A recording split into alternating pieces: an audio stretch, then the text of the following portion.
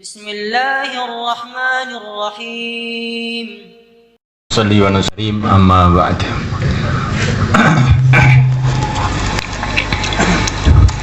Bapak, ibu-ibu yang kami muliakan, insyaallah sebentar lagi kita akan nikahkan beberapa anak kita dengan harapan pernikahan ini pernikahan yang diberkati oleh Allah SWT. Orang yang beriman senantiasa yang difikirkan itu bagaimana barokahnya. Sedangkan orang yang tidak beriman atau lemah imannya, yang difikirkan adalah bendanya, materinya. Kalau orang beriman, apa-apa yang difikirkan adalah barokahnya. Sebagaimana Allah ceritakan dalam Al-Quran, ada sebuah rumah yang sederhana, yang sudah lama sekali ini rumah ini, namanya Ka'bah. Ka'bah ini dikatakan oleh Allah SWT sebagai rumah yang berbarokah. Inna awwala baiti wudi'a lin-nas alladzi bi Bakkah mubarakah. Ka'bah ini dari segi bendanya, materinya adalah bangunan yang sangat sederhana. Dari segi tempatnya juga di tengah-tengah padang pasir yang kering kerontang. Tetapi Allah mengatakan bahwa rumah ini barokah. Maka di antara bentuk barokah Ka'bah ini dicintai oleh berjuta-juta orang. Tiap tahun, bahkan tiap saat dari seluruh dunia berdatangan ke sana. Dan berdatangan ke sana untuk kebaikan, untuk beribadah di sekitar Ka'bah. Di sana kepanasan, kedinginan, jamaah haji, jamaah umroh. Tapi nanti setelah pulang ingin juga balik lagi ke sana. Yang kedua kalinya, yang ketiga kalinya, yang keempat kalinya. Hampir 1 juta orang Indonesia tiap tahun datang ke sana. Ini bagian dari satu barokah. Di sekitar Ka'bah itu tidak ada sumber kehidupan yang cukup. Sumber air juga sedikit. Pertanian nggak ada, tetapi orang-orang di sana senantiasa cukup makan, cukup minum beribu-ribu tahun sampai sekarang. Ini bagian daripada barokah, namanya barokah. Nah, oleh karena Allah SWT, maka dalam perkawinan ini juga yang kita pikirkan adalah barokah. Barokah itu adalah kebaikan-kebaikan yang tidak kita kira-kira dari Allah. Ada perkawinan yang sederhana, sangat sederhana, tapi kemudian mendatangkan kebahagiaan, ketenteraman, anak-anak yang soleh, hubungan yang baik, amal yang baik. Ada juga orang kawin, setelah kawin tua ambah nggak karu-karuan, jadi amburadul semua. Nah, ini namanya tidak barokah. Perkawinan yang barokah adalah seperti perkawinan Baginda Muhammad alaihissalam dengan Sayyidah Khadijah radhiyallahu ta'ala anha, yang akhirnya menurunkan Fatimah radhiyallahu ta'ala anha, menurunkan Hasan, Husain, menurunkan wali-wali Allah, pejuang-pejuang sampai sekarang. Perkawinan yang barokah. Perkawinan itu begitu sederhana. Perkawinan baginda Nabi dengan Khadijah radhiyallahu ta'ala ini sangat-sangat sederhana, tapi diberkati oleh Allah SWT. Begitu juga perkawinan cucunya, putrinya Fatimah radhiyallahu ta'ala dengan Sayyidina Ali. Perkawinan yang sangat sederhana, tetapi semua oleh Allah Ta'ala kemudian barokahnya tidak sederhana. Menurunkan pimpinan-pimpinan, menurunkan orang-orang soleh, yang nggak ada habis-habisnya. Perkawinan yang barokah ini seperti perkawinan Sunan Ampel dengan orang Jawa ini, sehingga akhirnya menyebarkan agama, menghidupkan agama di tanah Jawa ini sampai kerajaan Mojopahit berubah total. Ini diantara sebabnya adalah berkat perkawinan Sunan Ampel dengan orang Jawa ini. Maka yang kita harapkan dari Allah SWT bahwa perkawinan ini menjadi perkawinan yang barokah. perkawinan yang barokah, rizki yang barokah. Kelihatannya mungkin sedikit aja ini rizkinya, tetapi mendatangkan kebaikan-kebaikan yang tidak dikira-kira. Kemarin tuh saya ada tamu dari Jakarta.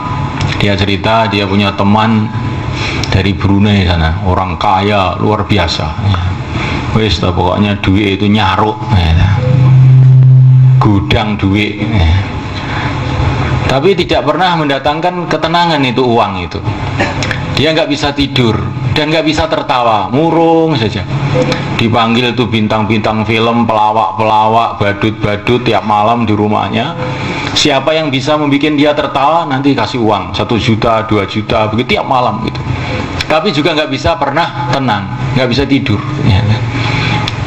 Jadi sudah mulai Allah Ta'ala, harta yang banyak tidak bisa untuk membeli kebahagiaan, ketenangan. Bisa untuk membeli rumah, membeli mobil, tetapi tidak bisa untuk membeli kebahagiaan. Kebahagiaan nggak ada di toko. Kebahagiaan itu dari Allah. Dan sumbernya adalah kalau kita ini berpegang dengan betul-betul kepada agama Allah, dengan keyakinan yang benar kepada Allah, keyakinan yang benar kepada Rasulullah, keyakinan yang benar kepada negeri akhirat, barulah nanti keberkahan, kebahagiaan itu akan datang dalam kehidupan kita ini. Hadirin yang muliakan Allah SWT, pokoknya apa-apa yang penting barokah. Harta yang barokah, perkawinan yang barokah, rumah yang barokah, rumah yang barokah, apa saja, ilmu yang barokah juga. Ada orang itu punya ilmu tapi nggak barokah. Ada yang punya ilmu yang barokah, seperti ilmunya Al-Imam Asy-Syafi'i radhiyallahu ta'ala anhu. Beliau sudah wafat 1000 tahun yang lalu lebih, tapi ilmunya masih diamalkan, dipelajari orang seluruh dunia. Ilmunya Imam Bukhari, ilmunya Imam Al-Ghazali, ya. Ini namanya ilmu yang barokah. Ada ilmu itu yang kurang barokah, seperti ilmunya sarjana-sarjana itu, ya, sebagian, tidak semua, ya, bersusah payah membuat risalah, membuat disertasi, ditulis, memeras keringat, memerias otak. Setelah selesai masukkan rak, dia sendiri nggak pernah baca, apalagi orang lain, ya kan? Nah, ini namanya ilmu yang kurang barokah, ya. Yang kurang barokah.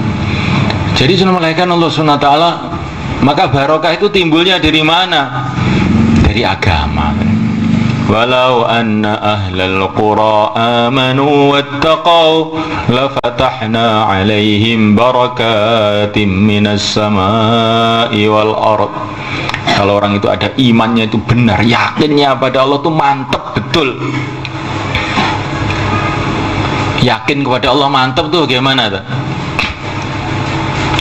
Pokoknya kalau saya ditolong oleh Allah ya beres, kalau enggak beres, itu namanya mantap. Kalau orang itu keyakinan pokoknya ada uang beres, nggak ada uang nggak beres, nah ini yakinnya nggak benar, ya. Sering kesih begitu itu, ya. Yakin kepada Nabi juga begitu, pokoknya ikut Nabi mesti beres, kalau nggak ikut Nabi nggak akan beres. Kita ini mau ke akhirat, dunia ini nomor 2, nah ini baru keyakinannya lurus. Tapi yang penting itu dunia dulu, wong kita di dunia kok. Nah ini keyakinannya sudah mulai nggak bener nih, ya. Kalau kita memikirkan akhirat dengan sungguh-sungguh, dunia ini akan ikut, begitu kata Nabi, kurang lebihnya begitu. Kalau orang itu sibuk dengan memikirkan akhirat, urusan dunianya itu dimudahkan oleh Allah. Tetapi kalau orang itu sudah sibuk dengan dunia, lupa akhirat, la yubadillah fi ayyi audiyatiha halak, maka nanti dia ini sudah nggak tahu akan terjun di mana dia, ya. Jadi malaikat Allah Ta'ala, ini bukan berarti kita tidak boleh ngurus dunia, tapi kita ini ngurus dunia tengah fikirnya kita ini ke akhirat. Dunia ini untuk bekal akhirat. Jangan kita tertipu dengan dunia itu. Seperti kita naik mobil mau ke Jakarta, ya, pikir kita ini ke Jakarta. Jangan pikirnya mobil, ya. Pikirnya itu ke Jakarta. Yang penting sampai Jakarta, ya. Jangan mobil ini ngadat di jalan gitu aja, yang penting. Jangan kemudian sibuk nyuci mobil aja tiap hari sampai nggak jadi ke Jakarta ya. Ini seperti orang yang katanya mencari dunia untuk akhirat tapi sibuk ke dunia saja sampai lupa ke akhirat. Ini seperti orang yang nyuci mobil tiap hari diperbaiki nggak pernah dinaiki ya, nah. Maka akhirnya jadi orang yang nggak benar pikirannya. Nah, melainkan Allah Subhanahu wa Ta'ala, maka kita berharap kepada Allah Subhanahu wa Ta'ala agar perkawinan kita ini diberkati oleh Allah Subhanahu wa Ta'ala, rumah kita diberkati oleh Allah Subhanahu wa Ta'ala. Nanti setelah akad nikah ini kita ke rumah kita masing-masing, apa yang pertama kali kita buat? Bagaimana rumah kita ini ada suasana seperti rumahnya Rasulullah SAW. Buat taklim pertama kali. Pokoknya masuk rumah pertama kali sholat 2 rakaat, kemudian buat taklim, baca fadilah amal setengah jam, mudzakarah 6 sifat. Nah setelah itu baru terserah mau apa ya. Karena kata para ulama ini, man asyraqat bidayatuhu asyraqat nihayatuhu. Perkara itu kalau awalnya baik itu insya Allah itu seterusnya itu mudah jadi baik. Tapi kalau awalnya ini sudah kurang baik, ini nanti untuk memperbaiki selanjutnya itu sudah agak sulit ya gitu. Begitu juga kita ini berkeluarga, kalau mulai pertama itu pikirnya sudah mau ikut Nabi, mau ikut sunnah Nabi, menghidupkan suasana amal agama di rumah, insya Allah nanti selanjutnya itu mudah ya. Dan ini satu ujian ya. Temanten baru kok mikir agama, nah ini betul-betul ini mungkin insya Allah anaknya mau jadi wali ini ya. Seperti Abu Yazid Al-Bustami, ini masih kecil sudah jadi wali ya. Akhirnya jadi ulama besar, menyebarkan agama kemana-mana. Ceritanya bagaimana? Ini ceritanya ayahnya Abu Yazid namanya Thaifur, namanya Isa. Ini ketika temanten baru bilang sama istrinya, saya itu ingin punya anak yang soleh, begitulah. Kamu bagaimana? Saya juga begitu. Maka kalau begitu kita jangan buat apa-apa dulu, kita bikin amalan 40 hari 40 malam katanya. Apa itu amalannya? Siang puasa, malam tahajud. Jangan sekali-kali makan yang haram, berbuat yang haram, apalagi kita jauhkan diri kita dari yang nggak baik, yang syubhat-syubhat kita tinggalkan semua. Akhirnya begitu, teman-teman baru malah puasa wiridan aja malam. Kok aneh betul ya, kalau nggak aneh nggak diceritakan. Nah, kalau teman-teman baru kemudian nggak sholat jamaah itu biasa kalau gitu itu. Keringenan subuh nggak datang di masjid. Kalau cari begitu itu nggak usah diceritakan, banyak di Temboro juga banyak ya. Tapi teman-teman baru kok malah puasa, nah ini teman-teman luar biasa ini ya.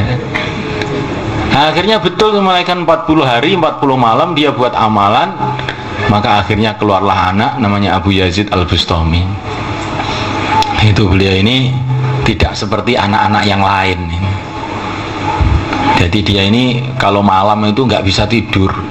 Kalau belum baca surat Ikhlas sekian ratus kali nggak bisa tidur tuh anak itu.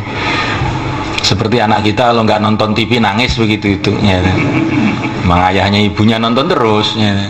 Nah ini Abu Yazid Al-Bustami ini enggak, kalau belum wirid itu nggak bisa tidur, wiridan aja malam itu. Ya kalau ingin punya anak yang seperti itu ya caranya seperti itu. Ya kalau nggak bisa 40 hari ya sekemampuannya lah ya. Minimal tuh orang tuh jangan apa itu, kalau kita ini dapat nikmat Allah itu malah lupa kepada Allah. Bagaimana nikmat Allah SWT itu disyukuri dengan tambah ingatnya kepada Allah. Seperti ceritanya Najasyi ya. Najasyi itu seorang raja Islam di Ethiopia, termasuk yang masuk Islam zaman Nabi. Maka seorang sahabat datang pada Najasyi itu, tapi ini seorang raja pakaiannya sangat sederhana sekali, tidak duduk di singgasananya, duduk di tanah. Sehingga sahabat tadi heran, kamu ini ada apa? Seorang raja malah duduk di tanah, pakaiannya kayak pakaiannya rakyat biasa, ada apa? Saya saya ini sedang mensyukuri nikmat Allah, katanya. Mensyukuri nikmat Allah apa? Ini saya dapat berita bahwa baginda Muhammad alaihissalam telah mendapatkan kemenangan di Badar. Maka saya syukuri ini kemenangan umat Islam di Badar ini dengan saya duduk di tanah ini. Karena saya dapat pesan oleh Nabi ini, asalnya ini orang Nasrani. Saya dapat pesan dalam kitab Injil itu, kalau orang itu dapat nikmat, hendaknya tambah tawaduknya kepada Allah, ya. Dan ini benar menurut Islam juga, ya. Jadi sudah mulaikan Allah Subhanahu wa taala, maka kenikmatan-kenikmatan termasuk kita ini didapat istri, dapat suami, ini bagaimana ditambahi tahajudnya, ditambahi amalannya, nah, maka insya Allah nanti nikmat itu akan tambah-tambah oleh Allah SWT. Semoga begitu semangat insya Allah.